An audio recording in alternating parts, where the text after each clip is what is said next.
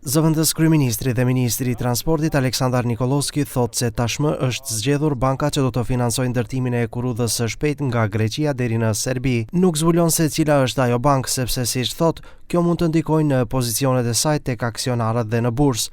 Ai thot se kurudha do të fillojë të ndërtohet rreth mesit të vitit 2026. Банката е избрана, ние кажавме дека индикативна понуда избравме, сега во моментов работиме на конечна. Паралел се работат овие подготвителни работи и како што кажав, до лето веќе ќе имаме багери на терен, а сето тоа во еден пакет ќе оди во собрание кога ќе сме целосно завршени.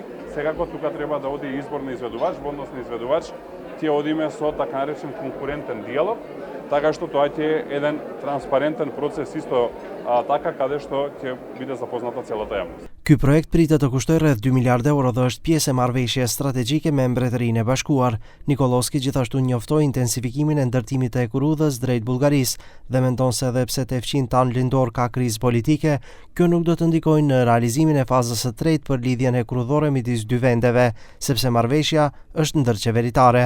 Без разлика на состојбата во Бугарија, на мојата втора средба со Гроздан Караджов, подпредседател на бугарската влада, која што се случи во Брисел сега скоро, ми даде ветување дека Бугарското национално собрание исто така ќе го ратификува договорот, а најдобра потврда за ова што кажувам е дека вчера и завчера се случи првата средба на техничко ниво помеѓу директорите на двете железнички инфраструктурни предпријатија и нивните тимови во Софија.